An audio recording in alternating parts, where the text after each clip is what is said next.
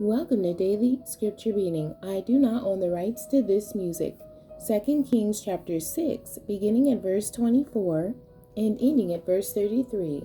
This is the English Standard Version. Benhadad's siege of Samaria. Afterward, Benhadad, king of Syria, mustered his entire army and went up and besieged Samaria. And there was a great famine in Samaria, as they besieged it until a donkey's head was sold for 80 shekels of silver, and the fourth part of a cob of dove's dung for 5 shekels of silver.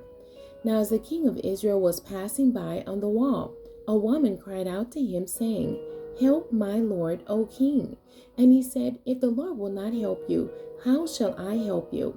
From the threshing floor or from the wine press?" And the king asked her, "What is your trouble?" She answered, "This woman said to me, 'Give your son, that we may eat him today, and we will eat my son tomorrow.' So we boiled my son and ate him. And on the next day I said to her, 'Give your son, that we may eat him.' But she has hidden her son."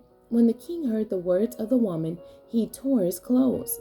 Now he was passing by on the wall, and the people looked, and behold, he had sackcloth beneath on his body. And he said, "May God do so to me, and more also, if the head of Elisha, the son of Shaphat, remains on his shoulders today." Elisha was sitting in his house, and the elders were sitting with him. Now the king had dispatched a man from his presence. But before the messenger arrived, Elisha said to the elders, "Do you see how this murderer has sent to take off my head? Look, when the messenger comes, shut the door and hold the door fast against him.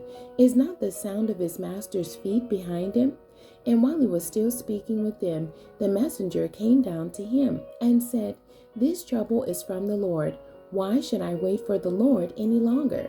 The end. God bless you, and thank you for joining me today.